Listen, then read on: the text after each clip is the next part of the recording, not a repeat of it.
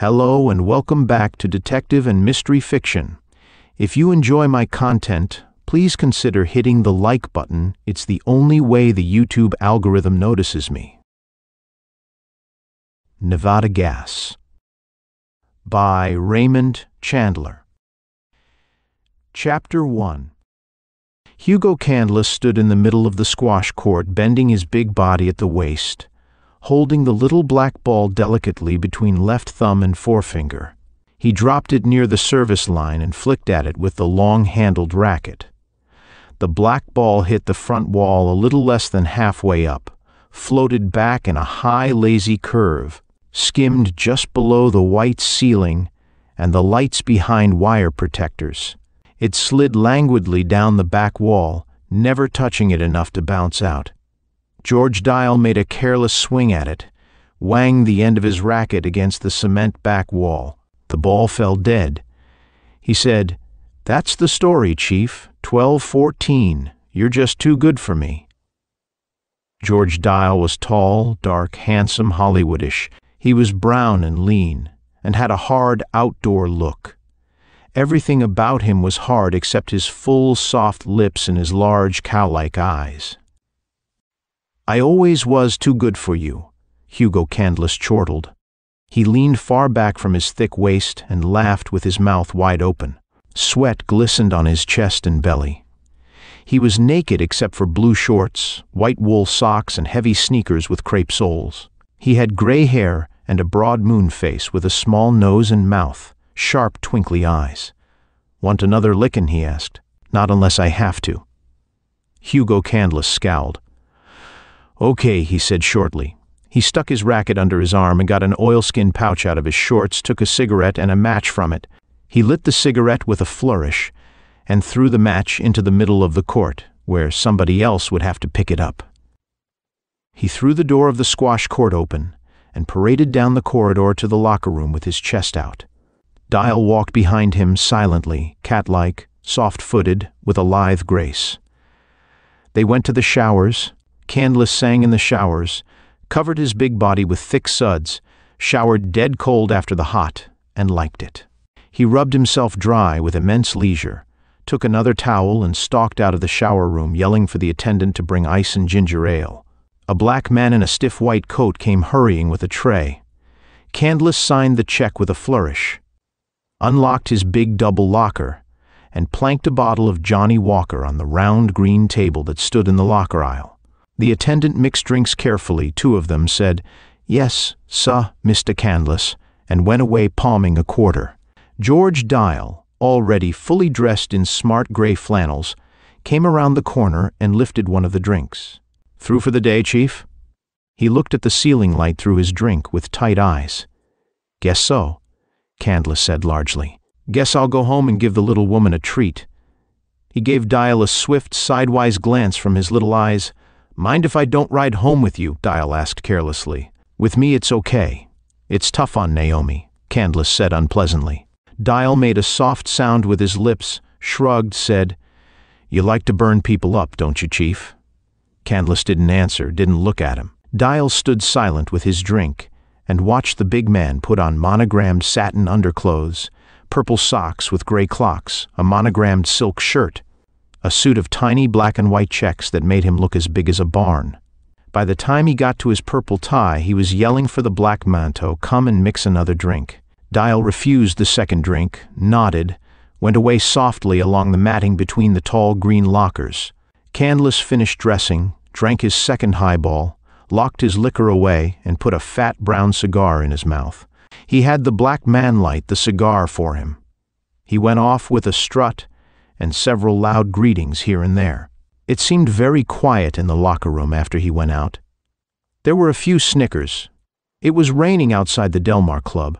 The liveried doorman helped Hugo Candler on with his belted white slicker and went out for his car. When he had it in front of the canopy, he held an umbrella over Hugo across the strip of wooden matting to the curb. The car was a royal blue Lincoln limousine with buff striping. The license number was 5-6. The chauffeur, in a black slicker turned up high around his ears, didn't look around. The doorman opened the door, and Hugo Candler got in and sank heavily on the back seat. "Night, Sam. Tell him to go on home." The doorman touched his cap, shut the door, and relayed the orders to the driver, who nodded without turning his head. The car moved off in the rain.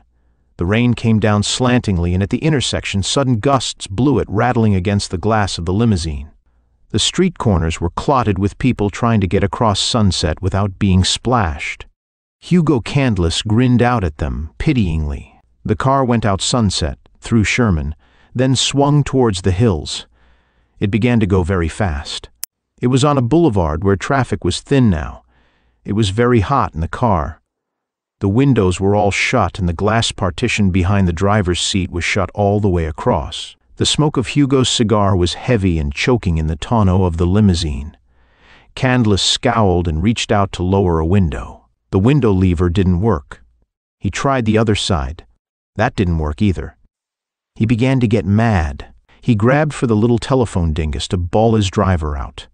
There wasn't any little telephone dingus. The car turned sharply and began to go up a long straight hill with eucalyptus trees on one side and no houses.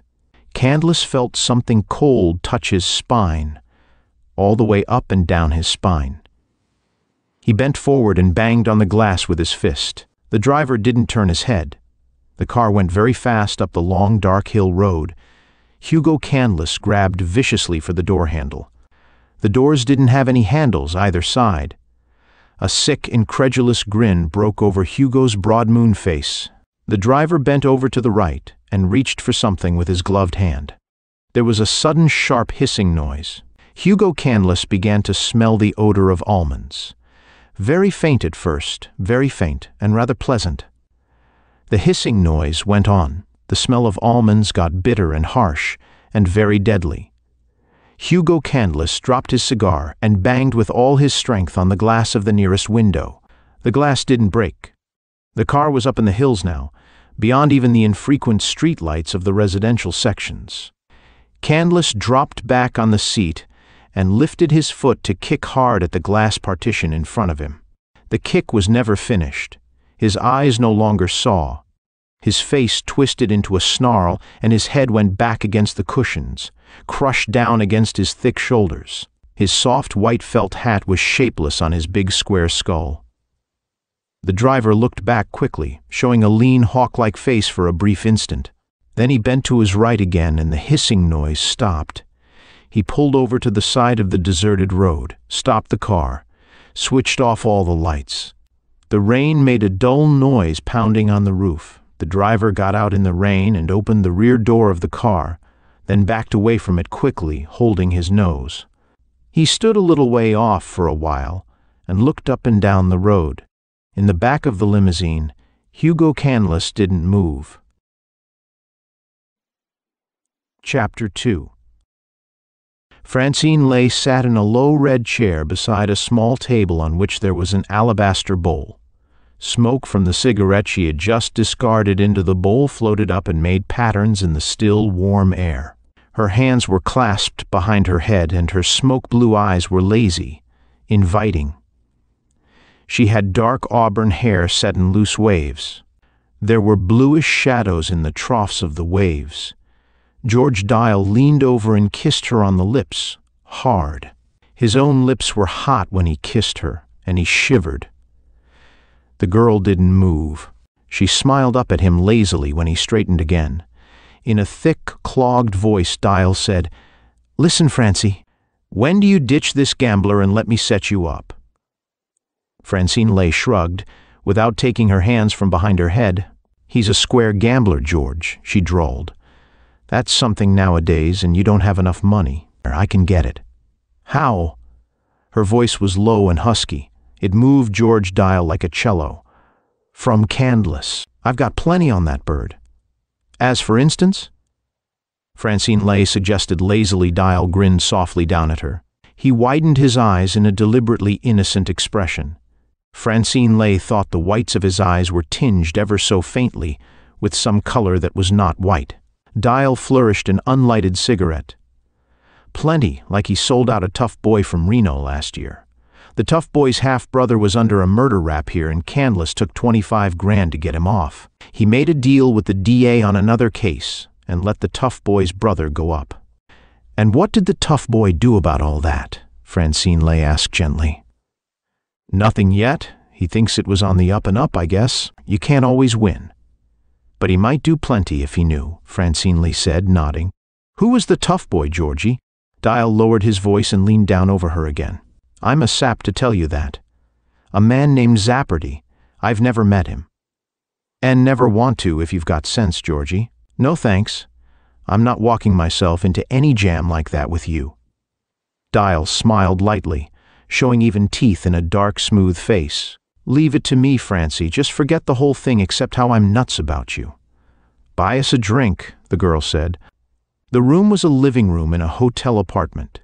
It was all red and white, with embassy decorations, too stiff. The white walls had red designs painted on them. The white Venetian blinds were framed in white box drapes. There was a half-round red rug with a white border in front of the gas fire. There was a kidney-shaped white desk against one wall, between the windows. Dial went over to the desk and poured scotch into 2 glasses, added ice and charged water, carried the glasses back across the room to where a thin wisp of smoke still plumed upward from the alabaster bowl. Ditch the gambler, Dial said, handing her a glass. He's the one who'll get you in a jam. She sipped the drink, nodded. Dial took the glass out of her hand, sipped from the same place on the rim, leaned over holding both glasses, and kissed her on the lips again. There were red curtains over a door to a short hallway. They were parted a few inches, and a man's face appeared in the opening. Cool gray eyes stared in thoughtfully at the kiss. The curtains fell together again without sound. After a moment, a door shut loudly, and steps came along the hallway. Johnny DeRuse came through the curtains into the room. By that time, Dial was lighting his cigarette. Johnny DeRuse was tall, lean, quiet, dressed in dark clothes dashingly cut. His cool gray eyes had fine laughter wrinkles at the corners. His thin mouth was delicate but not soft, and his long chin had a cleft in it. Dial stared at him, made a vague motion with his hand. DeRuse walked over to the desk without speaking, poured some whiskey into a glass and drank it straight. He stood a moment with his back to the room, tapping on the edge of the desk. Then he turned around, smiled faintly, said, "Lo, people," in a gentle, rather drawling voice, and went out of the room through an inner door. He was in a big, over-decorated bedroom with twin beds. He went to a closet and got a tan calfskin suitcase out of it, opened it on the nearest bed. He began to rob the drawers of a highboy and put things in the suitcase, arranging them carefully, without haste. He whistled quietly through his teeth while he was doing it. When the suitcase was packed, he snapped it shut and lit a cigarette. He stood for a moment in the middle of the room without moving. His gray eyes looked at the wall without seeing it. After a little while, he went back into the closet and came out with a small gun in a soft leather harness with 2 short straps. He pulled up the left leg of his trousers and strapped the holster on his leg. Then he picked up the suitcase and went back to the living room. Francine Lay's eyes narrowed swiftly when she saw the suitcase. "Going someplace?" she asked in her low, husky voice. "Uh-huh. Where's Dial?" "He had to leave." "That's too bad," DeRuse said softly. He put the suitcase down on the floor and stood beside it, moving his cool gray eyes over the girl's face, up and down her slim body, from her ankles to her auburn head. "That's too bad," he said. "I like to see him around. I'm kind of dull for you." "Maybe you are, Johnny." He bent to the suitcase but straightened without touching it and said casually, "Remember Mops Parisi? I saw him in town today." Her eyes widened and then almost shut. Her teeth clicked lightly. The line of her jawbone stood out very distinctly for a moment. DeRuse kept moving his glance up and down her face and body. "Going to do anything about it?" she asked. "I thought of taking a trip," DeRuse said. "I'm not so scrappy as I was once." "A powder," Francine Lay said softly. "Where do we go?" "Not a powder, a trip," DeRuse said tonelessly. "And not we, me. I'm going alone." She sat still, watching his face, not moving a muscle. DeRuse reached inside his coat and got out a long wallet that opened like a book.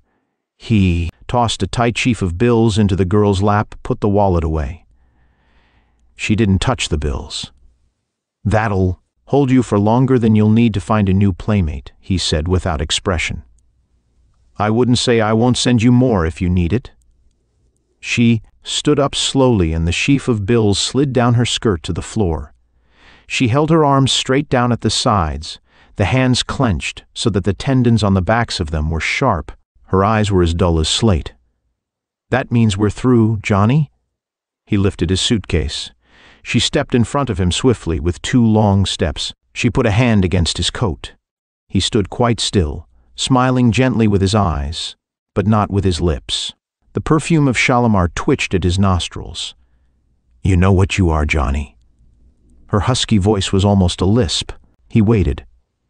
"A pigeon, Johnny, a pigeon." He nodded slightly. "Check. I called Copper on Mops Parisi. I don't like the snatch racket, baby. I'd call Copper on it any day. I might even get myself hurt blocking it. That's old stuff." "Through?" "You called Copper on Mops Parisi, and you don't think he knows it, but maybe he does. So you're running away from him." "That's a laugh, Johnny. I'm kidding you. That's not why you're leaving me. Maybe I'm just tired of you, baby." She put her head back and laughed sharply, almost with a wild note. DeRuse didn't budge. "You're not a tough boy, Johnny. You're soft. George Dial is harder than you are. God, how soft you are, Johnny." She stepped back, staring at his face. Some flicker of almost unbearable emotion came and went in her eyes. "You're such a handsome pup, Johnny. God, but you're handsome. It's too bad you're soft." DeRuse said gently without moving. "Not soft, baby, just a bit sentimental. I like to clock the ponies and play 7-card stud and mess around with little red cubes with white spots on them. I like games of chance, including women, but when I lose I don't get sore and I don't chisel. I just move on to the next table. Be seeing you." He stooped, hefted the suitcase, and walked around her. He went across the room and through the red curtains without looking back. Francine lay, stared with stiff eyes at the floor. Chapter 3. Standing under the scalloped glass canopy of the side entrance to the Chatterton, DeRuse looked up and down Irolo, towards the flashing lights of Wilshire and towards the dark, quiet end of the side street. The rain fell softly, slantingly. A light drop blew in under the canopy and hit the red end of his cigarette with a sputter. He hefted the suitcase and went along Irolo towards his sedan. It was parked almost at the next corner, a shiny black Packard with a little discreet chromium here and there. He stopped and opened the door, and a gun came up swiftly from inside the car. The gun prodded against his chest. A voice said sharply, "Hold it, the mit's high, sweets." DeRuse saw the man dimly inside the car, a lean hawk-like face on which some reflected light fell without making it distinct. He felt a gun hard against his chest, hurting his breastbone. Quick steps came up behind him and another gun prodded his back. "Satisfied?" another voice inquired. DeRuse dropped the suitcase, lifted his hands and put them against the top of the car. "Okay," he said wearily. "What is it, a heist?" A snarling laugh came from the man in the car. A hand smacked DeRuse's hips from behind.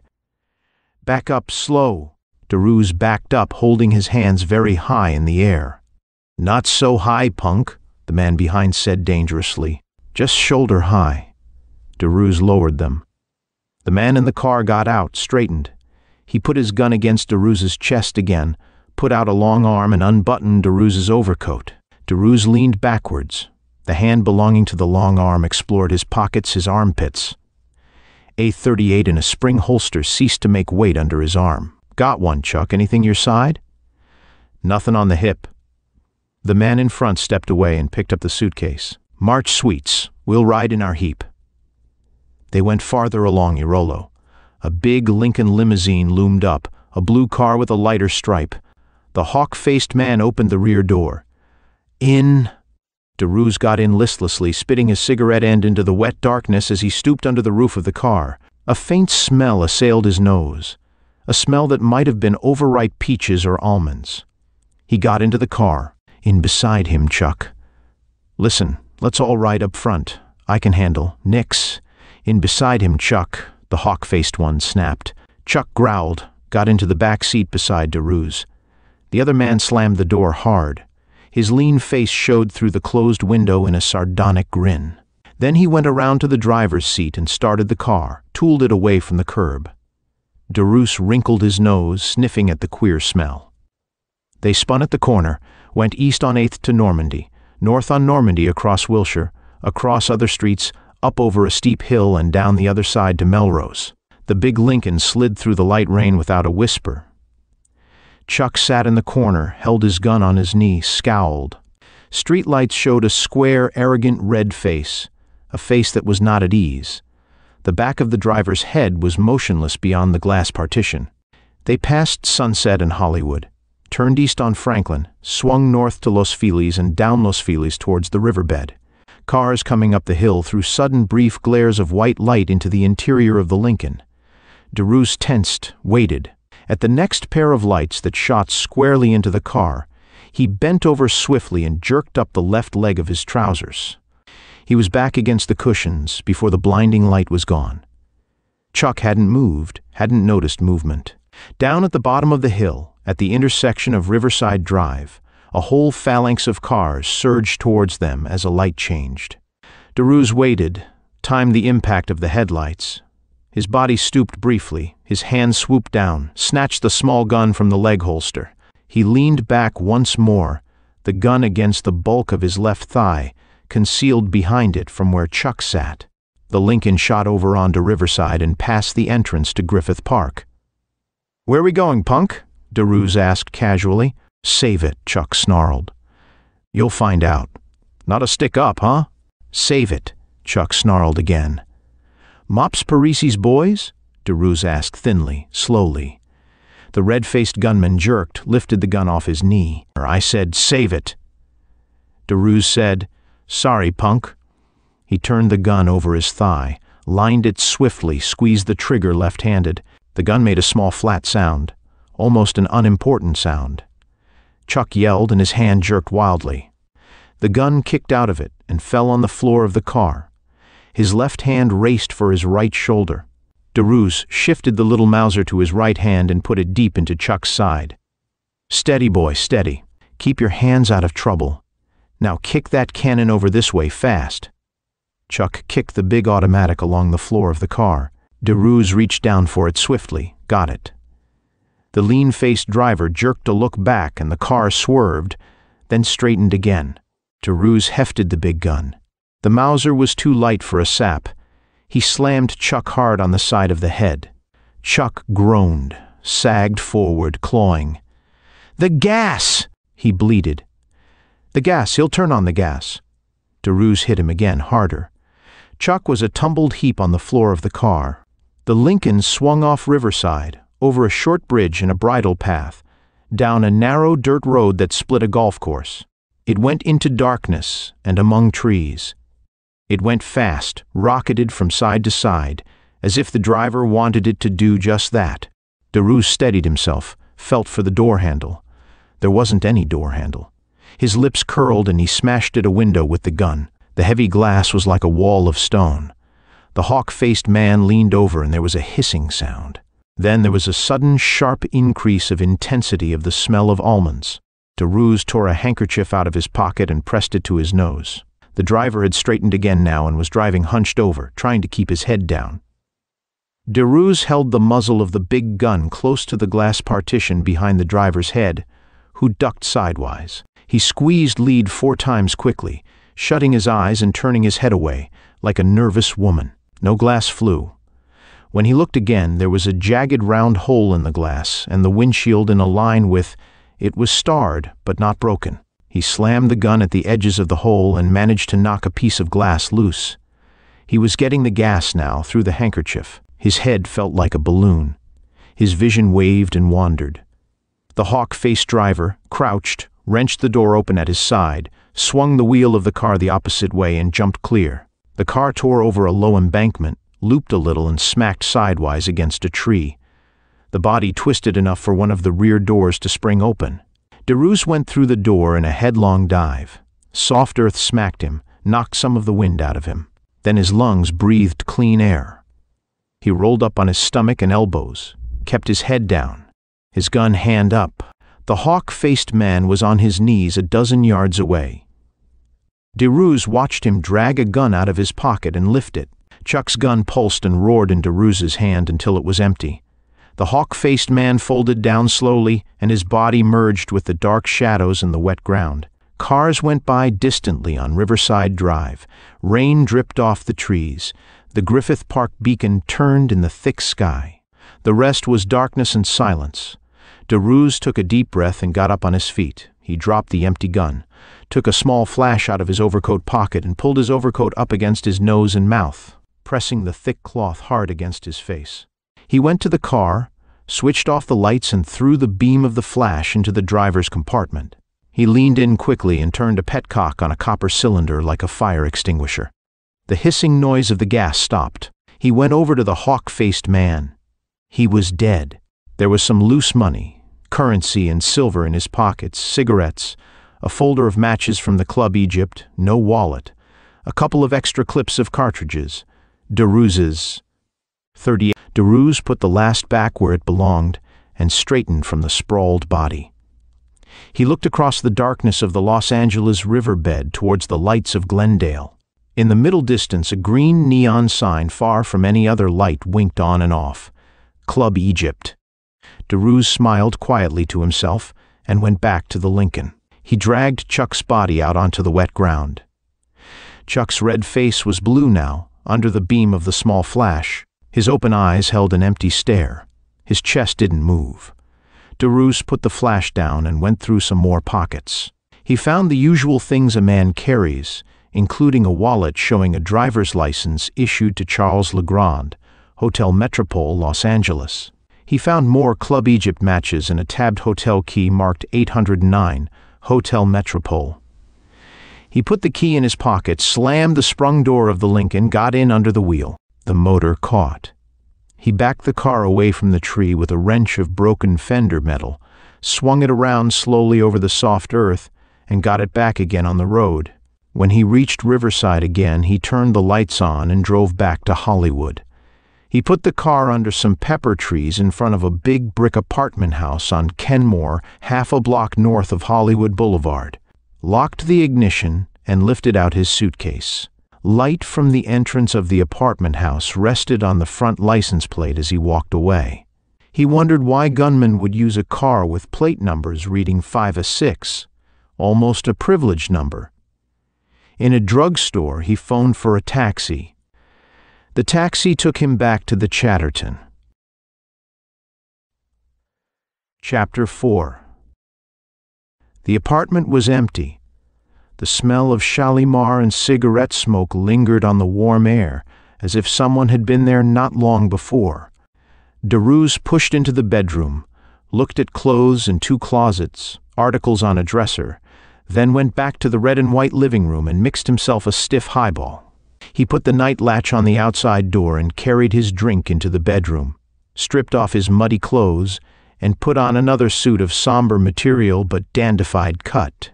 He sipped his drink while he knotted a black 4 in hand in the opening of a soft white linen shirt.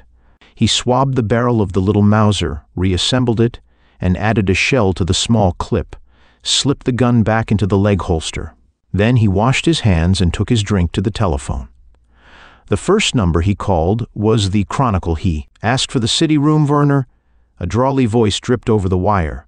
Werner talking. Go ahead, kid. Me. DeRose said. This is John DeRose, Claude. Look up California license 5-6 on your list for me. Must be a bloody politician, the drawly voice said, and went away. DeRose sat motionless, looking at a fluted white pillar in the corner. It had a red and white bowl of red and white artificial roses on top of it. He wrinkled his nose at it disgustedly. Werner's voice came back on the wire. 1930 Lincoln limousine registered to Hugo Chandler, Casa de Oro Apartments, 2942 Clearwater Street, West Hollywood. DeRose said in a tone that meant nothing. That's the mouthpiece, isn't it? Yeah, the big lip. Mr. Take the witness. Werner's voice came down lower. Speaking to you, Johnny, and not for publication, A big crooked tub of guts that's not even smart. Just been around long enough to know who's for sale. Story in it? Hell no, DeRuse said softly. He just sideswiped me and didn't stop. He hung up and finished his drink, stood up to mix another. Then he swept a telephone directory onto the white desk and looked up the number of the Casa de Oro. He dialed it. A switchboard operator told him Mr. Hugo Candless was out of town. "Give me his apartment," DeRuse said. A woman's cool voice answered the phone. "Yes, this is Mrs. Hugo Candless speaking. What is it, please?" DeRuse said, "I'm a client of Mr. Candless, very anxious to get hold of him. Can you help me?" "I'm very sorry," the cool, almost lazy voice told him. "My husband was called out of town quite suddenly. I don't even know where he went, though I expect to hear from him later this evening." "He left his club." "What club was that?" DeRuse asked casually. "The Delmar Club. I say he left there without coming home. If there is any message—" DeRuse said, "Thank you, Mrs. Candless. Perhaps I may call you again later." He hung up, smiled slowly and grimly, sipped his fresh drink, and looked up the number of the Hotel Metropole. He called it and asked for Mr. Charles Legrand in room 809. 609, the operator said casually. "I'll connect you." A moment later, there is no answer. DeRuse thanked her, took the tabbed key out of his pocket, looked at the number on it. The number was 809. Chapter 5.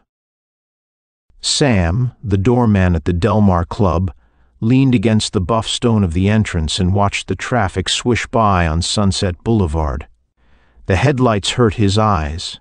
He was tired, and he wanted to go home. He wanted a smoke and a big slug of gin. He wished the rain would stop. It was dead inside the club when it rained.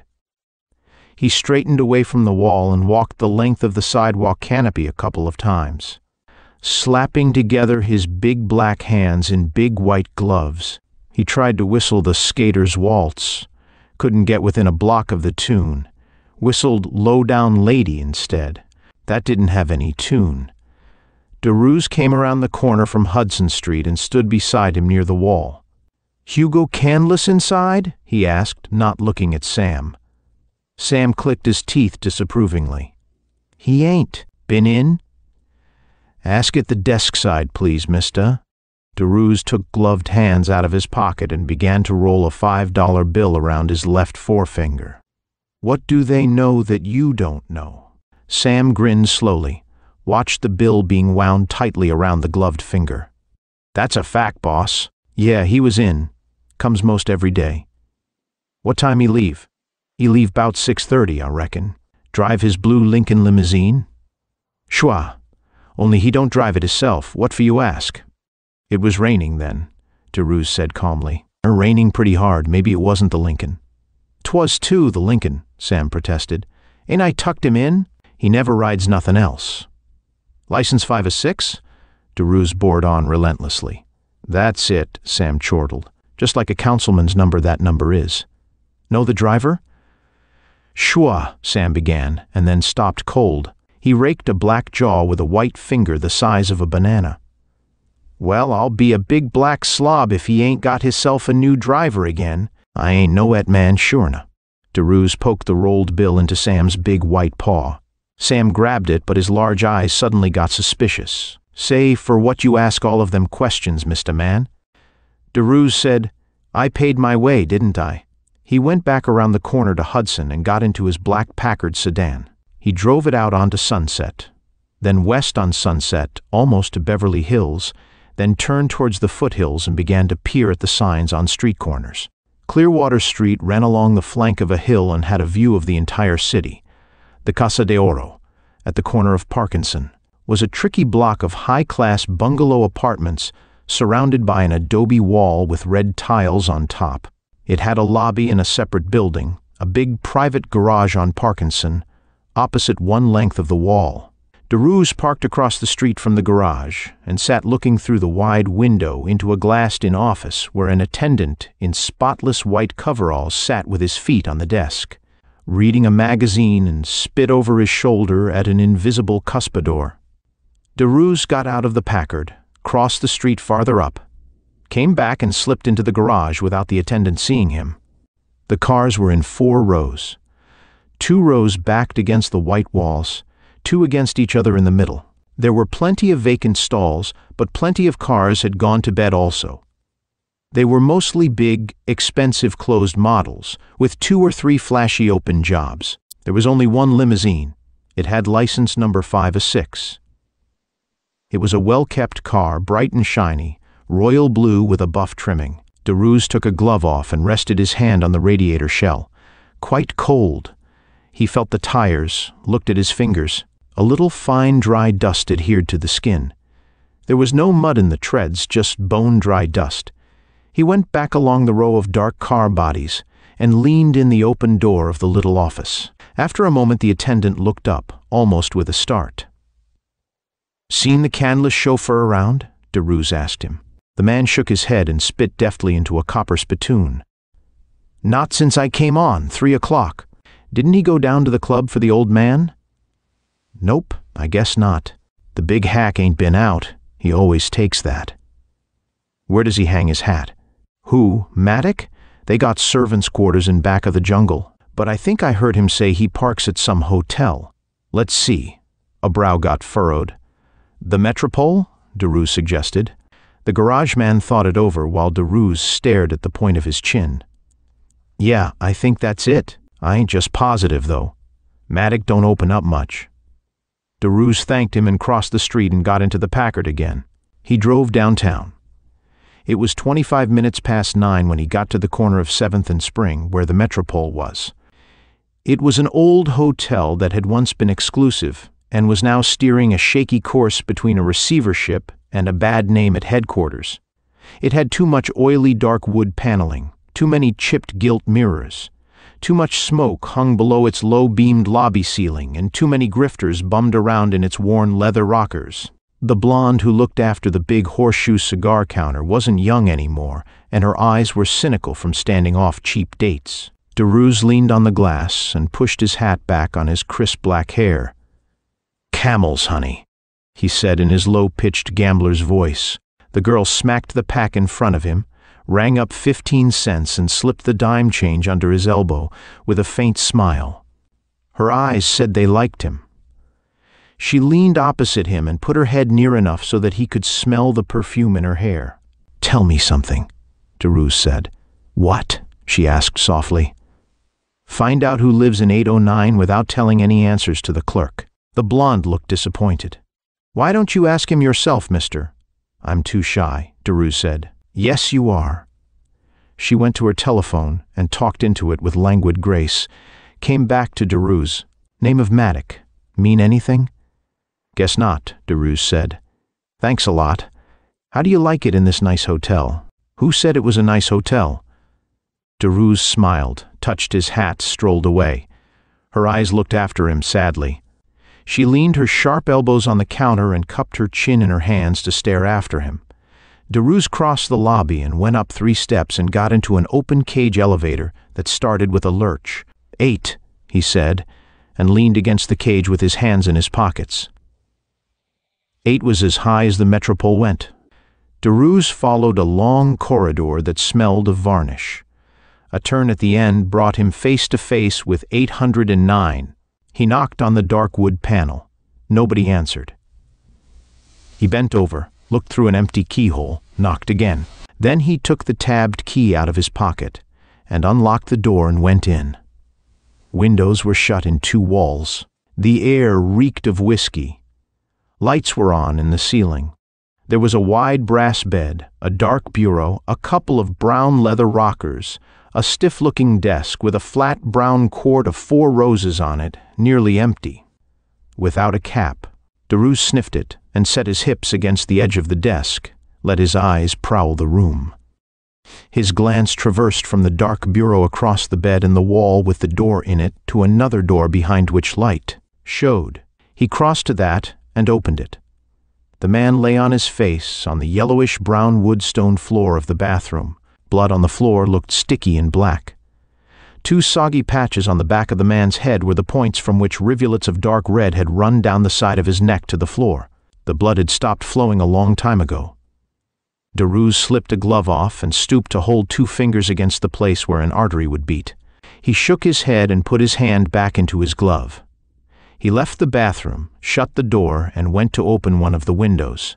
He leaned out, breathing clean rain-wet air, looking down along slants of thin rain into the dark slit of an alley.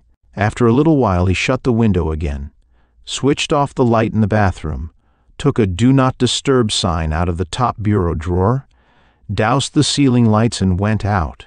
He hung the sign on the knob and went back along the corridor to the elevators and left the Hotel Metropole. Chapter 6. Francine Lay hummed low down in her throat as she went along the silent corridor of the Chatterton. She hummed unsteadily without knowing what she was humming, and her left hand with its cherry-red fingernails held a green velvet cape from slipping down off her shoulders. There was a wrapped bottle under her other arm. She unlocked the door, pushed it open, and stopped, with a quick frown. She stood still, remembering, trying to remember. She was still a little tight. She had left the lights on, that was it. They were off now. Could be the maid service, of course. She went on in, fumbled through the red curtains into the living room. The glow from the heater prowled across the red and white rug, and touched shiny black things with a ruddy gleam. The shiny black things were shoes. They didn't move.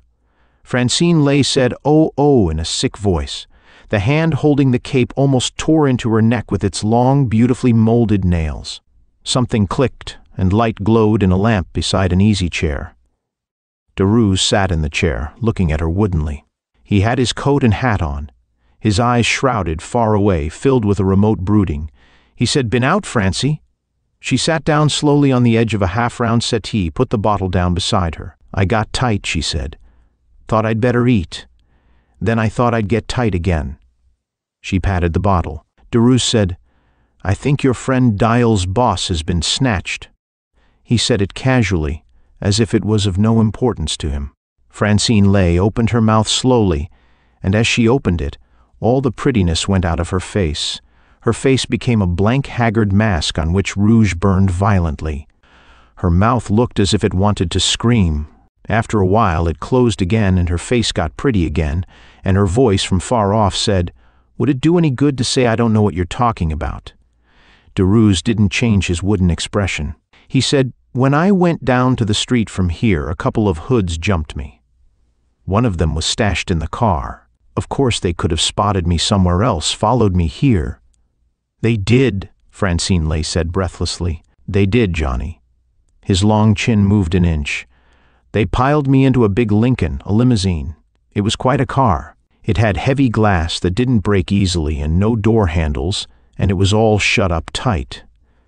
In the front seat it had a tank of Nevada gas, cyanide, which the guy driving could turn into the back part without getting it himself. They took me out Griffith Parkway, towards the Club Egypt. That's that joint on county land, near the airport." He paused, rubbed the end of one eyebrow, went on, "They overlooked the Mauser I sometimes wear on my leg. The driver crashed the car and I got loose." He spread his hands and looked down at them. A faint metallic smile showed at the corners of his lips. Francine Lay said, "I didn't have anything to do with it, Johnny." Her voice was as dead as the summer before last. Derues said, "The guy that rode in the car before I did probably didn't have a gun. He was Hugo Candless. The car was a ringer for his car. Same model, same paint job, same plates, but it wasn't his car. Somebody took a lot of trouble. Candless left the Delmar Club in the wrong car about 6:30. His wife says he's out of town. I talked to her an hour ago. His car hasn't been out of the garage since noon. Maybe his wife knows he's snatched by now, maybe not." Francine Lay's nails clawed at her skirt. Her lips shook. Derues went on calmly, tonelessly, "Somebody gunned the Candless chauffeur in a downtown hotel tonight or this afternoon. The cops haven't found it yet. Somebody took a lot of trouble, Francie. You wouldn't want to be in on that kind of a setup, would you, precious?" Francine lay bent her head forward and stared at the floor. She said thickly, "I need a drink. What I had is dying in me. I feel awful." Derues stood up and went to the white desk. He drained a bottle into a glass and brought it across to her. He stood in front of her, holding the glass out of her reach. "I only get tough once in a while, baby. But when I get tough, I'm not so easy to stop, if I say it myself. If you know anything about all this, now would be a good time to spill it." He handed her the glass. She gulped the whiskey and a little more light came into her smoke-blue eyes. She said slowly, "I don't know anything about it, Johnny, not in the way you mean. But George Dial made me a love nest proposition tonight, and he told me he could get money out of Canlis by threatening to spill a dirty trick Canlis played on some tough boy from Reno. Damn clever, these greasers," Derues said. "Reno's my town, baby. I know all the tough boys in Reno. Who was it?" "Somebody named Zappardy." Derues said very softly, "Zappardy is the name of the man who runs the Club Egypt." Francine Lay stood up suddenly and grabbed his arm. "Stay out of it, Johnny. For Christ's sake, can't you stay out of it for just this once?" Derues shook his head, smiled delicately, lingeringly at her. Then he lifted her hand off his arm and stepped back. "I had a ride in their gas car, baby, and I didn't like it. I smelled their Nevada gas. I left my lead in somebody's gun punk. That makes me call copper or get jammed up with the law. If somebody's snatched and I call copper, there'll be another kidnap victim bumped off, more likely than not. Zappardy's a tough boy from Reno, and that could tie in with what Dial told you. And if Mops Parisi is playing with Zappardy, that could make a reason to pull me into it. Parisi loathes my guts." "You don't have to be a one-man riot squad, Johnny," Francine Lay said desperately. He kept on smiling with tight lips and solemn eyes. "There'll be two of us, baby. Get yourself a long coat. It's still raining a little." She goggled at him. Her outstretched hand, the one that had been on his arm, spread its fingers stiffly, bent back from the palm, straining back. Her voice was hollow with fear. "Me, Johnny? Oh, please not," Derues said gently. "Get that coat, honey. Make yourself look nice. It might be the last time we'll go out together." She staggered past him. He touched her arm softly, held it a moment, said almost in a whisper, "You didn't put the finger on me, did you, Francie?" She looked back stonily at the pain in his eyes, made a hoarse sound under her breath and jerked her arm loose, went quickly into the bedroom. After a moment, the pain went out of Derues's eyes, and the metallic smile came back to the corners of his lips. Chapter 7. Derues half closed his eyes and watched the croupier's fingers as they slid back across the table and rested on the edge. They were round, plump, tapering fingers, graceful fingers. Derues raised his head and looked at the croupier's face. He was a bald-headed man of no particular age, with quiet blue eyes. He had no hair on his head at all, not a single hair. Derues looked down at the croupier's hands again. The right hand turned a little on the edge of the table. The buttons on the sleeve of the croupier's brown velvet coat, cut like a dinner coat, rested on the edge of the table. Derues smiled his thin metallic smile. He had 3 blue chips on the red. On that play, the ball stopped at black 2. The croupier paid off 2 of the 4 other men who were playing. Derues pushed 5 blue chips forward and settled them on the red diamond. Then he turned his head to the left and watched a huskily built blond young man put 3 red chips on the 0. Derues licked his lips and turned his head farther, looked towards the side of the rather small room.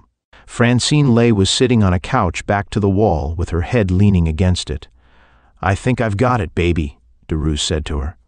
"I think I've got it." Francine Lay blinked and lifted her head away from the wall. She reached for a drink on a low round table in front of her. She sipped the drink, looked at the floor, didn't answer. Derues looked back at the blond man. The 3 other men had made bets. The croupier looked impatient and at the same time watchful. Derues said, "How come you always hit 0 when I hit red and 00 when I hit black?" The blond young man smiled, shrugged. Said nothing. Derues put his hand down on the layout and said very softly, "I asked you a question, mister." "Maybe I'm Jesse Livermore," the blond young man grunted. "I like to sell short." "What is this, slow motion?" one of the other men snapped. "Make your plays, please, gentlemen," the croupier said. Derues looked at him, said, "Let it go." The croupier spun the wheel left-handed, flicked the ball with the same hand the opposite way. His right hand rested on the edge of the table. The ball stopped at black 28 next to 0. The blond man laughed. "Close," he said. "Close." Derues checked his chips, stacked them carefully. "I'm down $6,000, he said. "It's a little raw, but I guess there's money in it. Who runs this clip joint?" The croupier smiled slowly and stared straight into Derues' eyes. He asked quietly, "Did you say clip joint?" Derues nodded. He didn't bother to answer. "I thought you said clip joint," the croupier said, and moved one foot, put weight on it. 3 of the men who had been playing picked their chips up quickly and went over to a small bar in the corner of the room. They ordered drinks and leaned their backs against the wall by the bar, watching Derues and the croupier. The blond man stayed put and smiled sarcastically at Derues. "Tisk, tisk," he said thoughtfully. "Your manners." Francine Lay finished her drink and leaned her head back against the wall again. Her eyes came down and watched Derues furtively, under the long lashes. A paneled door opened after a moment, and a very big man with a black mustache and very rough black eyebrows came in. The croupier moved his eyes to him, then to Derues, pointing with his glance. "Yes, I thought you said clip joint," he repeated tonelessly. The big man drifted to Derues' elbow, touched him with his own elbow. "Out," he said impassively. The blond man grinned and put his hands in the pockets of his dark gray suit. The big man didn't look at him. Derues glanced across the layout at the croupier and said, "I'll take back my $6,000 and call it a day." "Out," the big man said wearily, jabbing his elbow into Derues' side. The bald-headed croupier smiled politely. "You," the big man said to Derues, "ain't going to get tough, are you?" Derues looked at him with sarcastic surprise. Well, the bouncer," he said softly. "Take him, Nicky." The blond man took his right hand out of his pocket and swung it. The sap looked black and shiny under the bright lights. It hit the big man on the back of the head with a soft thud. The big man clawed at Derues, who stepped away from him quickly and took a gun out from under his arm. The big man clawed at the edge of the roulette table and fell heavily on the floor. Francine Lay stood up and made a strangled sound in her throat. The blond man skipped sidewise, whirled, and looked at the bartender. The bartender put his hands on top of the bar. The 3 men who had been playing roulette looked very interested, but they didn't move. Derues said, "The middle button on his right sleeve, Nicky. I think it's copper." "Yeah." The blond man drifted around the end of the table, putting the sap back in his pocket. He went close to the croupier and took hold of the middle of 3 buttons on his right cuff, jerked it hard. At the second jerk, it came away, and a thin wire followed it out of the sleeve. "Correct," the blond man said casually, letting the croupier's arm drop. "I'll take my $6,000 now," Derues said. "Then we'll go talk to your boss." The croupier nodded slowly and reached for the rack of chips beside the roulette table. The big man on the floor didn't move. The blond man put his right hand behind his hip and took a .45 automatic out from inside his waistband at the back. He swung it in his hand, smiling pleasantly around the room. Chapter 8. They went along a balcony that looked down over the dining room and the dance floor. The lisp of hot jazz came up to them from the lithe swaying bodies of a high-yaller band. With the lisp of jazz came the smell of food and cigarette smoke and perspiration. The balcony was high and the scene down below had a patterned look, like an overhead camera shot. The bald-headed croupier opened a door in the corner of the balcony and went through without looking back. The blond man Derues had called Nicky went after him. Then Derues and Francine Lay. There was a short hall with a frosted light in the ceiling. The door at the end of that looked like painted metal. The croupier put a plump finger on the small push button at the side, rang it in a certain way. There was a buzzing noise like the sound of an electric door release. The croupier pushed on the edge and opened it. Inside was a cheerful room, half den and half office. There was a grate fire and a green leather davenport at right angles to it, facing the door. A man sitting on the davenport put a newspaper down and looked up, and his face suddenly got livid. He was a small man with a tight round head, a tight round dark face. He had little lightless black eyes like buttons of jet. There was a big flat desk in the middle of the room, and a very tall man stood at the end of it with a cocktail shaker in his hands. His head turned slowly, and he looked over his shoulder at the 4 people who came into the room, while his hands continued to agitate the cocktail shaker in gentle rhythm. He had a cavernous face with sunken eyes, loose grayish skin, and close-cropped reddish hair without shine or parting. A thin, crisscross scar like a German Menser scar showed on his left cheek. The tall man put the cocktail shaker down and turned his body around and stared at the croupier. The man on the davenport didn't move. There was a crouched tensity in his not moving. The croupier said, "I think it's a stick-up, but I couldn't help myself. They sapped Big George." The blond man smiled gaily and took his .45 out of his pocket. He pointed it at the floor. "He thinks it's a stick-up," he said. "Wouldn't that positively slay you?" Derues shut the heavy door. Francine Lay moved away from him, towards the side of the room away from the fire. He didn't look at her. The man on the davenport looked at her, looked at everybody. Derues said quietly, "The tall one is Zappardi. The little one is Mops Parisi."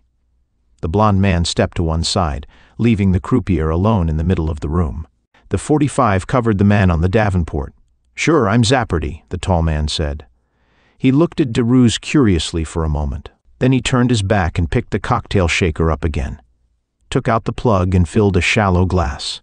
He drained the glass, wiped his lips with a sheer lawn handkerchief, and tucked the handkerchief back into his breast pocket very carefully, so that 3 points showed. Derues smiled his thin metallic smile and touched one end of his left eyebrow with his forefinger. His right hand was in his jacket pocket. "Nicky and I put on a little act," he said. "That was so the boys outside would have something to talk about if the going got too noisy when we came in to see you." "It sounds interesting," Zappardi agreed. "What did you want to see me about?" "About that gas car you take people for rides in," Derues said. The man on the davenport made a very sudden movement, and his hand jumped off his leg as if something had stung it. The blond man said, "No, or yes if you'd rather, Mr. Parisi. It's all a matter of taste." Parisi became motionless again. His hand dropped back to his short, thick thigh. Zappardi widened his deep eyes a little. "Gas car?" His tone was of mild puzzlement. Derues went forward into the middle of the room near the croupier. He stood balanced on the balls of his feet. His gray eyes had a sleepy glitter, but his face was drawn and tired, not young. He said, "Maybe somebody just tossed it in your lap, Zappardi, but I don't think so. I'm talking about the blue Lincoln, license 5A6, with the tank of Nevada gas in front. You know Zappardi, the stuff they use on killers in our state." Zappardi swallowed, and his large Adam's apple moved in and out. He puffed his lips, then drew them back against his teeth, then puffed them again. The man on the davenport laughed out loud, seemed to be enjoying himself. A voice that came from no one in the room said sharply, "Just drop that gat, Blondie. The rest of you grab air." Derues looked up towards an opened panel in the wall beyond the desk. A gun showed in the opening and a hand, but no body or face. Light from the room lit up the hand and the gun. The gun seemed to point directly at Francine Lay. Derues said, "Okay," quickly, and lifted his hands empty. The blond man said, "That'll be Big George, all rested and ready to go." He opened his hand and let the .45 thud to the floor in front of him. Parisi stood up very swiftly from the davenport and took a gun from under his arm. Zappardi took a revolver out of the desk drawer, leveled it. He spoke towards the panel, "Get out and stay out." The panel clicked shut. Zappardi jerked his head at the bald-headed croupier, who had not seemed to move a muscle since he came into the room. "Back on the job, Louis. Keep the chin up." The croupier nodded and turned and went out of the room, closing the door carefully behind him. Francine Lay laughed foolishly. Her hand went up and pulled the collar of her wrap close around her throat, as if it was cold in the room. But there were no windows, and it was very warm from the fire. Parisi made a whistling sound with his lips and teeth and went quickly to Deruze and stuck the gun he was holding in Deruze's face, pushing his head back. He felt in Deruze's pockets with his left hand, took the Colt, felt under his arms, circled around him, touched his hips, came to the front again. He stepped back a little and hit Deruze on the cheek with the flat of one gun. Deruze stood perfectly still except that his head jerked a little when the hard metal hit his face. Parisi hit him again the same place.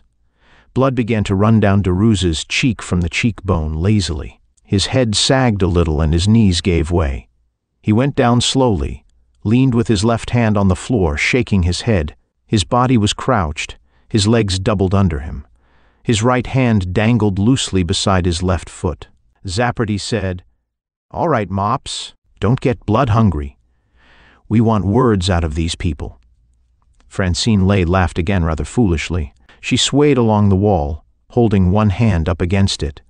Parisi breathed hard and backed away from Deruze with a happy smile on his round, swart face. "I've been waiting a long time for this," he said. When he was about 6 feet from Deruze, something small and darkly glistening seemed to slide out of the left leg of Deruze's trousers into his hand. There was a sharp snapping explosion. A tiny orange-green flame down on the floor. Parisi's head jerked back. A round hole appeared under his chin. It got large and red almost instantly. His hands opened laxly and the two guns fell out of them. His body began to sway. He fell heavily. Zappardi said, "Holy Christ!" and jerked up his revolver. Francine Lay screamed flatly and hurled herself at him, clawing, kicking, shrilling. The revolver went off twice with a heavy crash. 2 slugs plunked into a wall. Plaster rattled. Francine Lay slid down to the floor, on her hands and knees. A long, slim leg sprawled out from under her dress. The blond man down on one knee with his. .45 in his hand again rasped, "She got the bastard's gun!" Zappardi stood with his hands empty, a terrible expression on his face. There was a long red scratch on the back of his right hand. His revolver lay on the floor beside Francine Lay. His horrified eyes looked down at it unbelievingly. Parisi coughed once on the floor and after that was still. Deruze got up on his feet. The little Mauser looked like a toy in his hand. His voice seemed to come from far away, saying, "Watch that panel, Nicky." There was no sound outside the room, no sound anywhere. Zappardi stood at the end of the desk, frozen, ghastly. Deruze bent down and touched Francine Lay's shoulder. "All right, baby?" She drew her legs under her and got up, stood looking down at Parisi. Her body shook with a nervous chill. "I'm sorry, baby," Deruze said softly beside her. "I guess I had a wrong idea about you." He took a handkerchief out of his pocket and moistened it with his lips, then rubbed his left cheek lightly and looked at blood on the handkerchief. Nicky said, "I guess Big George went to sleep again. I was a sap not to blast at him." Deruze nodded a little and said, "Yeah, the whole play was lousy. Where's your hat and coat, Mr. Zappardi? We'd like to have you go riding with us." Chapter 9. In the shadows under the pepper trees, Deruze said, "There it is, Nicky. Over there. Nobody's bothered it. Better take a look around." The blond man got out from under the wheel of the Packard and went off under the trees. He stood a little while on the same side of the street as the Packard. Then he slipped across to where the big Lincoln was parked in front of the brick apartment house on North Kenmore. Deruze leaned forward across the back of the front seat and pinched Francine Lay's cheek. "You're going home now, baby, with this bus. I'll see you later." "Johnny," she clutched at his arm, "what are you going to do? For Pete's sake, can't you stop having fun for tonight?" "Not yet, baby. Mr. Zappardi wants to tell us things. I figure a little ride in that gas car will pep him up. Anyway, I need it for evidence." He looked sidewise at Zappardi in the corner of the back seat. Zappardi made a harsh sound in his throat and stared in front of him with a shadowed face. Nicky came back across the road, stood with one foot on the running board. "No keys," he said. "Go 'em?" Deruze said, "Sure." He took keys out of his pocket and handed them to Nicky. Nicky went around to Zapparty's side of the car and opened the door. "Out, mister." Zapparty got out stiffly, stood in the soft, slanting rain, his mouth working. Derues got out after him. "Take it away, baby."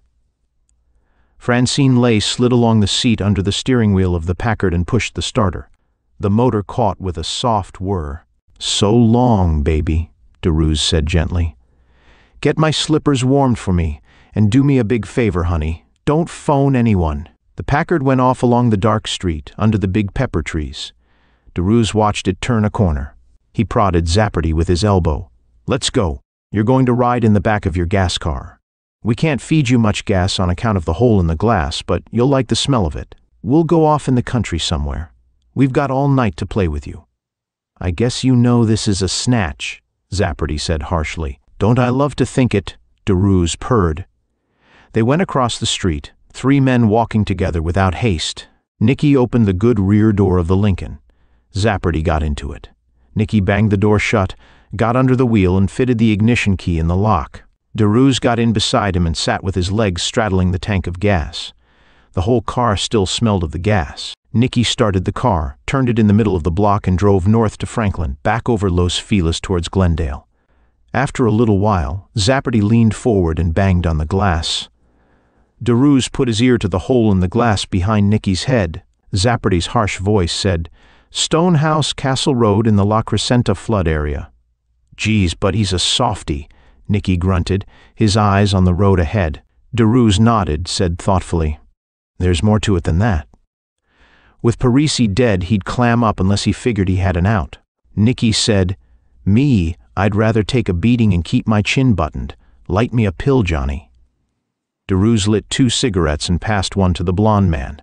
He glanced back at Zapparty's long body in the corner of the car. Passing light touched up his taut face, made the shadows on it look very deep. The big car slid noiselessly through Glendale and up the grade towards Montrose. From Montrose over to the Sunland Highway and across that into the almost deserted flood area of La Crescenta. They found Castle Road and followed it towards the mountains. In a few minutes they came to the stone house. It stood back from the road, across a wide space which might once have been lawn but which was now packed sand, small stones and a few large boulders. The road made a square turn just before they came to it. Beyond it the road ended in a clean edge of concrete chewed off by the flood of New Year's Day, 1934. Beyond this edge was the main wash of the flood. Bushes grew in it, and there were many huge stones. On the very edge a tree grew with half its roots in the air, 8 feet above the bed of the wash. Nicky stopped the car and turned off the lights and took a big nickeled flash out of the car pocket. He handed it to Derues. Derues got out of the car and stood for a moment with his hand on the open door, holding the flash. He took a gun out of his overcoat pocket and held it down at his side. "Looks like a stall," he said. "I don't think there's anything stirring here." He glanced in at Zapparty, smiled sharply, and walked off across the ridges of sand, towards the house. The front door stood half open, wedged that way by sand. Derues went towards the corner of the house, keeping out of line with the door as well as he could. He went along the side wall, looking at boarded-up windows behind which there was no trace of light. At the back of the house was what had been a chicken house. A piece of rusted junk in a squashed garage was all that remained of the family sedan. The back door was nailed up like the windows. Derues stood silent in the rain, wondering why the front door was open. Then he remembered that there had been another flood a few months before, not such a bad one. There might have been enough water to break open the door on the side towards the mountains. 2 stucco houses, both abandoned, loomed on the adjoining lots. Farther away from the wash, on a bit of higher ground, there was a lighted window. It was the only light anywhere in the range of Derues's vision. He went back to the front of the house and slipped through the open door, stood inside it and listened. After quite a long time, he snapped the flash on. The house didn't smell like a house. It smelled like out of doors. There was nothing in the front room but sand, a few pieces of smashed furniture, some marks on the walls, above the dark line of the flood water where pictures had hung. Derues went through a short hall into a kitchen that had a hole in the floor where the sink had been and a rusty gas stove stuck in the hole. From the kitchen, he went into a bedroom. He had not heard any whisper of sound in the house so far. The bedroom was square and dark. A carpet stiff with old mud was plastered to the floor. There was a metal bed with a rusted spring and a water-stained mattress over part of the spring. Feet stuck out from under the bed. They were large feet in walnut-brown brogues with purple socks above them. The socks had gray clocks down the sides. Above the socks were trousers of black and white check. Derues stood very still and played the flash down on the feet. He made a soft sucking sound with his lips. He stood like that for a couple of minutes without moving at all. Then he stood the flash on the floor, on its end, so that the light it shot against the ceiling was reflected down to make dim light all over the room. He took hold of the mattress and pulled it off the bed. He reached down and touched one of the hands of the man who was under the bed. The hand was ice cold. He took hold of the ankles and pulled, but the man was large and heavy. It was easier to move the bed from over him. Chapter 10. Zappardi leaned his head back against the upholstery and shut his eyes and turned his head away a little. His eyes were shut very tight, and he tried to turn his head far enough so that the light from the big flash wouldn't shine through his eyelids. Nicky held the flash close to his face and snapped it on, off again, monotonously, in a kind of rhythm. Derues stood with one foot on the running board by the open door and looked off through the rain. On the edge of the murky horizon, an airplane beacon flashed weakly. Nicky said carelessly, "You never know what'll get a guy. I saw one break once because a cop held his fingernail against the dimple in his chin." Derues laughed under his breath. "This one is tough," he said.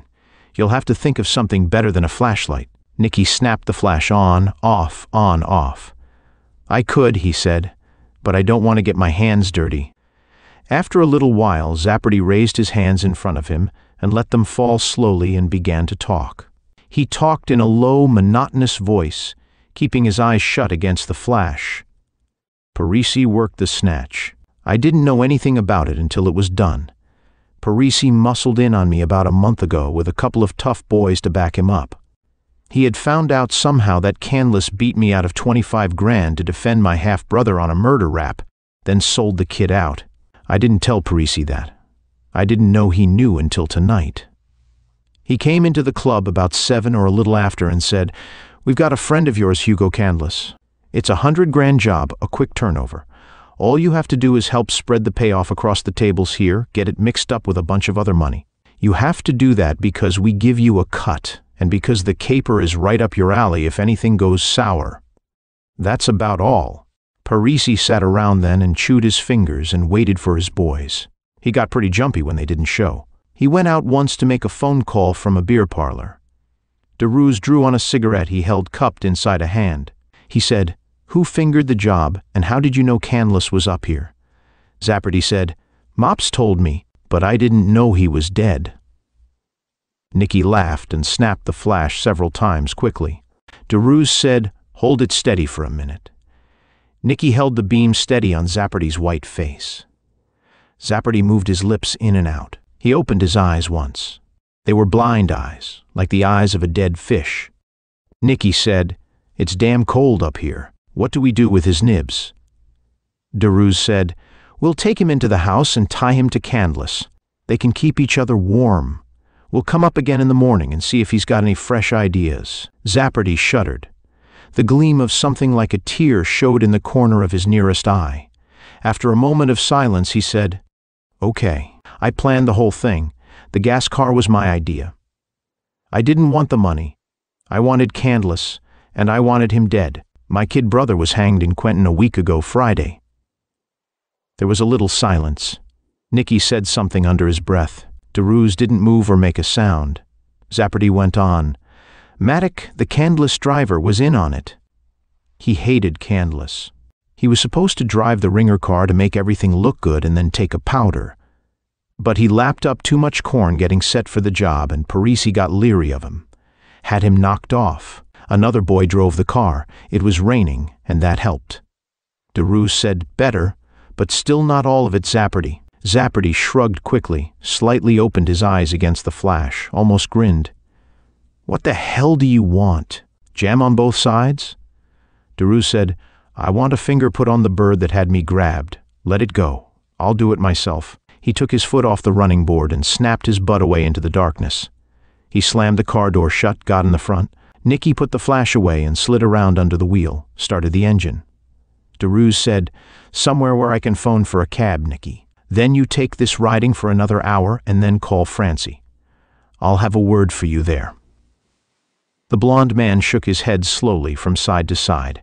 "You're a good pal, Johnny, and I like you. But this has gone far enough this way. I'm taking it down to headquarters. Don't forget I've got a private dick license under my old shirts at home."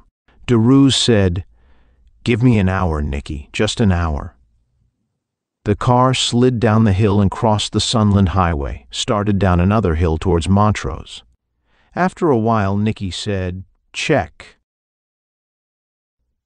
Chapter 11. It was 12 minutes past 1 by the stamping clock on the end of the desk in the lobby of the Casa de Oro. The lobby was antique Spanish, with black and red Indian rugs, nail-studded chairs with leather cushions and leather tassels on the corners of the cushions. The gray-green olive wood doors were fitted with clumsy wrought-iron strap hinges. A thin, dapper clerk with a waxed blonde mustache and a blonde pompadour leaned on the desk and looked at the clock and yawned, tapping his teeth with the backs of his bright fingernails. The door opened from the street, and Derues came in. He took off his hat and shook it, put it on again, and yanked the brim down. His eyes looked slowly around the deserted lobby, and he went to the desk, slapped a gloved palm on it. "What's the number of the Hugo Candless bungalow?" he asked. The clerk looked annoyed. He glanced at the clock, at Derues' face, back at the clock. He smiled superciliously, spoke with a slight accent. "12C, do you wish to be announced at this hour?" Derues said no. He turned away from the desk and went towards a large door with a diamond of glass in it. It looked like the door of a very high-class privy. As he put his hand out to the door, a bell rang sharply behind him. Derues looked back over his shoulder, turned and went back to the desk. The clerk took his hand away from the bell rather quickly. His voice was cold, sarcastic, insolent, saying, "It's not that kind of apartment house, if you please." 2 patches above Derues' cheekbones got a dusky red. He leaned across the counter and took hold of the braided lapel of the clerk's jacket, pulled the man's chest against the edge of the desk. "What was that crack, Nance?" The clerk paled, but managed to bang his bell again with a flailing hand. A pudgy man in a baggy suit and a seal brown toupee came around the corner of the desk, put out a plump finger and said, "Hey." Derues let the clerk go. He looked expressionlessly at cigar ash on the front of the pudgy man's coat. The pudgy man said, "I'm the house man. You gotta see me if you want to get tough." Derues said, "You speak my language. Come over in the corner." They went over in the corner and sat down beside a palm.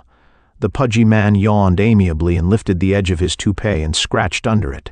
"I'm Kuvelik," he said. "Times I could bop that Swiss myself. What's the beef?" Derues said, "Are you a guy that can stay clammed?" "No.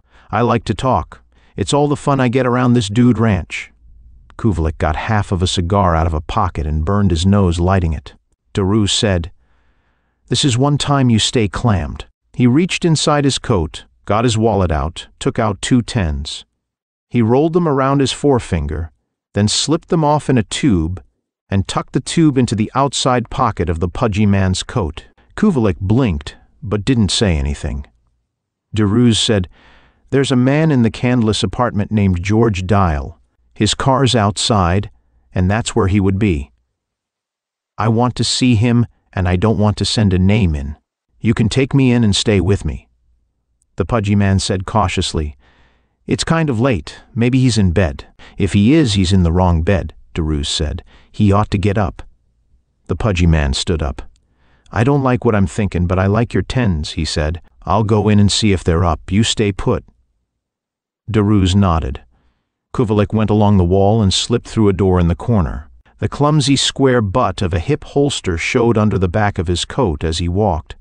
The clerk looked after him, then looked contemptuously towards Derues and got out a nail file. 10 minutes went by, 15. Kovalik didn't come back.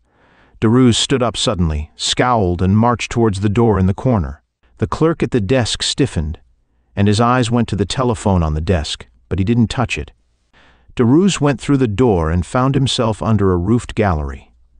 Rain dripped softly off the slanting tiles of the roof. He went along a patio, the middle of which was an oblong pool framed in a mosaic of gaily colored tiles. At the end of that, other patios branched off. There was a window light at the far end of the one to the left. He went towards it, at a venture, and when he came close to it, made out the number 12C on the door. He went up 2 flat steps and punched a bell that rang in the distance. Nothing happened. In a little while he rang again, then tried the door. It was locked. Somewhere inside he thought he heard a faint, muffled thumping sound. He stood in the rain a moment, then went around the corner of the bungalow, down a narrow, very wet passage to the back. He tried the service door, locked also. Derouz swore, took his gun out from under his arm, held his hat against the glass panel of the service door, and smashed the pane with the butt of the gun. Glass fell tinkling lightly inside. He put the gun away, straightened his hat on his head, and reached in through the broken pane to unlock the door. The kitchen was large and bright with black and yellow tiling, looked as if it was used mostly for mixing drinks. 2 bottles of Haig and Haig, a bottle of Hennessy, 3 or 4 kinds of fancy cordial bottles stood on the tiled drainboard. A short hall with a closed door led to the living room.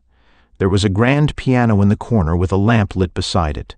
Another lamp on a low table with drinks and glasses. A wood fire was dying on the hearth.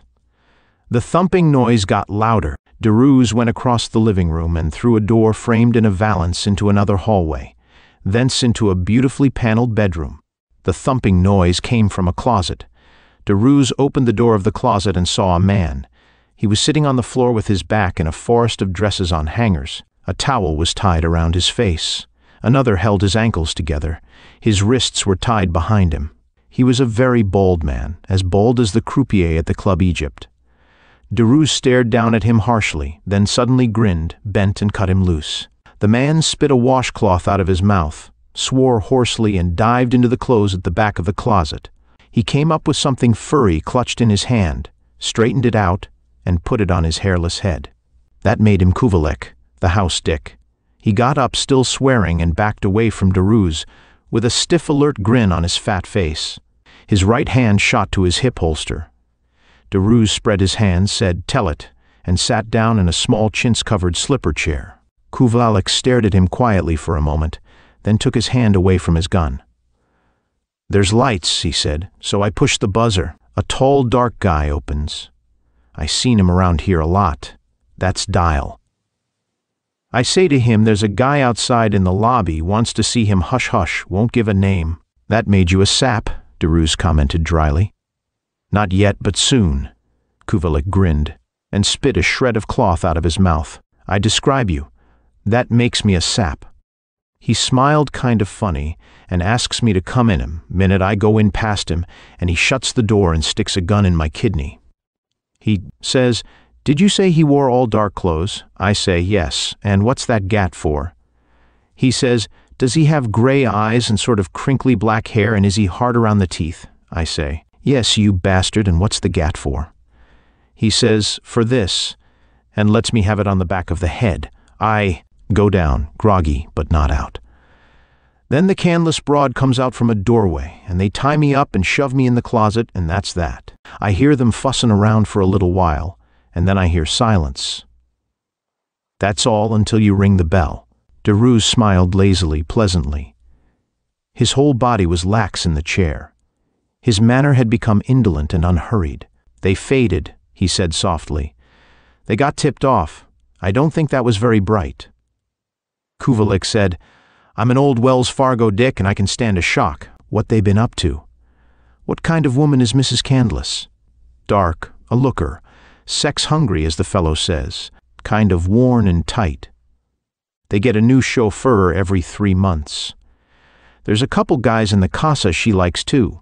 I guess there's this gigolo that bopped me." Derouz looked at his watch, nodded, leaned forward to get up. "I guess it's about time for some law.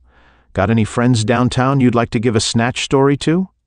A voice said, "Not quite yet." George Dial came quickly into the room from the hallway and stood quietly inside it with a long, thin, silenced automatic in his hand. His eyes were bright and mad, but his lemon-colored finger was very steady on the trigger of the small gun. "We didn't fade," he said. "We weren't quite ready.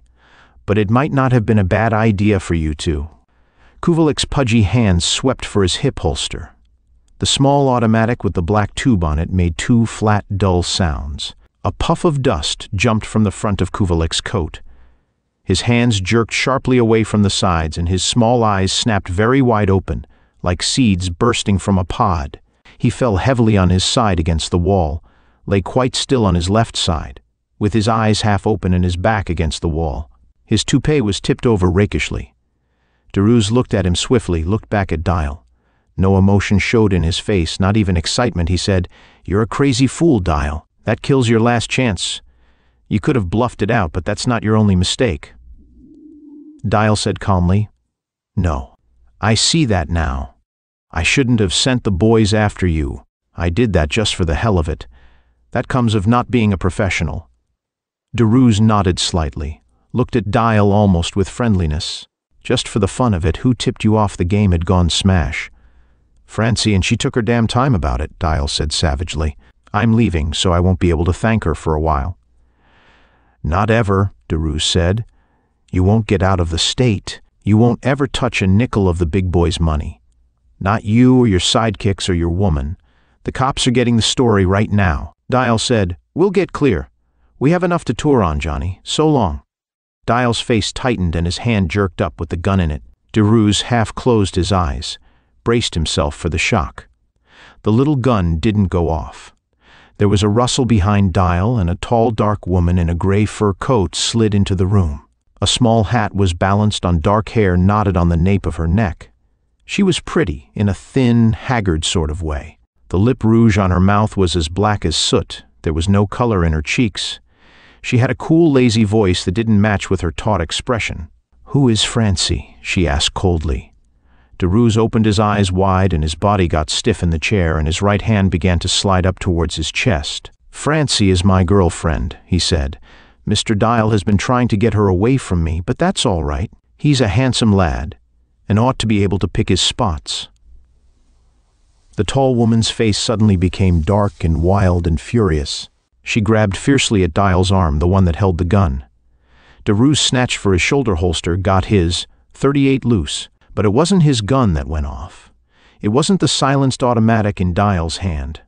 It was a huge Frontier Colt with an 8-inch barrel and a boom like an exploding bomb. It went off from the floor from beside Kuvalik's right hip, where Kuvalik's plump hand held it. It went off just once. Dial was thrown back against the wall as if by a giant hand. His head crashed against the wall, and instantly his darkly handsome face was a mask of blood. He fell laxly down the wall, and the little automatic with the black tube on it fell in front of him. The dark woman dived for it, down on her hands and knees in front of Dial's sprawled body. She got it, began to bring it up. Her face was convulsed. Her lips were drawn back over thin, wolfish teeth that shimmered. Kuvalik's voice said, "I'm a tough guy. I used to be a Wells Fargo dick." His great cannon slammed again. A shrill scream was torn from the woman's lips. Her body was flung against Dial's. Her eyes opened and shut, opened and shut. Her face got white and vacant, shoulder shot. "She's okay," Kuvalik said, and got up on his feet. He jerked open his coat and patted his chest. "Bulletproof vest," he said proudly. "But I thought I'd better lie quiet for a while, or he'd popped me in the face." Chapter 12. Francine lay yawned and stretched out a long green pajama-clad leg, and looked at a slim green slipper on her bare foot. She yawned again, got up and walked nervously across the room to the kidney-shaped desk. She poured a drink, drank it quickly with a sharp, nervous shudder. Her face was drawn and tired, her eyes hollow. There were dark smudges under her eyes. She looked at the tiny watch on her wrist. It was almost 4 o'clock in the morning. Still with her wrist up, she whirled at a sound, put her back to the desk and began to breathe very quickly, pantingly. Derues came in through the red curtains. He stopped and looked at her without expression, then slowly took off his hat and overcoat and dropped them on a chair. He took off his suit coat and his tan shoulder harness and walked over to the drinks. He sniffed at a glass, filled it a third full of whiskey, put it down in a gulp. "So you had to tip the louse off," he said somberly, looking down into the empty glass he held. Francine Lay said, "Yes, I had to phone him." "What happened?" "You had to phone the louse," Derues said in exactly the same tone. "You knew damn well he was mixed up in it. You'd rather he got loose, even if he cooled me off doing it." "You're all right, Johnny?" she asked softly, tiredly. Derues didn't speak, didn't look at her. He put the glass down slowly and poured some more whiskey into it, added charged water, looked around for some ice. Not finding any, he began to sip the drink with his eyes on the white top of the desk. Francine Lay said, "There isn't a guy in the world that doesn't rate a start on you, Johnny. It wouldn't do him any good, but he'd have to have it if I knew him." Derues said slowly, "That's swell, only I'm not quite that good. I'd be a stiff right now except for a comic hotel dick that wears a buntline special and a bulletproof vest to work." After a little while, Francine Lay said, "Do you want me to blow?" Derues looked at her quickly, looked away again.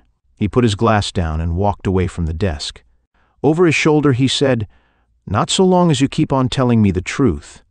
He sat down in a deep chair and leaned his elbows on the arms of it, cupped his face in his hands. Francine Lay watched him for a moment, then went over and sat on an arm of the chair. She pulled his head back gently until it was against the back of the chair. She began to stroke his forehead. Derues closed his eyes. His body became loose and relaxed. His voice began to sound sleepy. "You saved my life over at the Club Egypt, maybe. I guess that gave you the right to let Handsome have a shot at me." Francine Lay stroked his head without speaking. "Handsome is dead," Derues went on. "The peeper shot his face off." Francine Lay's hand stopped. In a moment it began again, stroking his head. "The candless Frau was in on it. Seems she's a hot number. She wanted Hugo's dough, and she wanted all the men in the world except Hugo. Thank heaven she didn't get bumped. She talked plenty. So did Zappardy." "Yes, honey," Francine Lay said quietly. Derues yawned. "Canlis is dead. He was dead before we started. They never wanted him anything else but dead. Parisi didn't care one way or the other, as long as he got paid." Francine Lay said, "Yes, honey." "Tell you the rest in the morning," Derues said thickly. "I guess Nicky and I are all square with the law. Let's go to Reno, get married. I'm sick of this tomcat life. Get me 'nother drink, baby." Francine Lay didn't move except to draw her fingers softly and soothingly across his forehead and back over his temples. Derues moved lower in the chair. His head rolled to one side. "Yes, honey." "Don't call me honey," Derues said thickly. "Just call me Pigeon." When he was quite asleep, she got off the arm of the chair and went and sat down near him. She sat very still and watched him, her face cupped in her long, delicate hands with the cherry-colored nails. End of Nevada Gas by Raymond Chandler.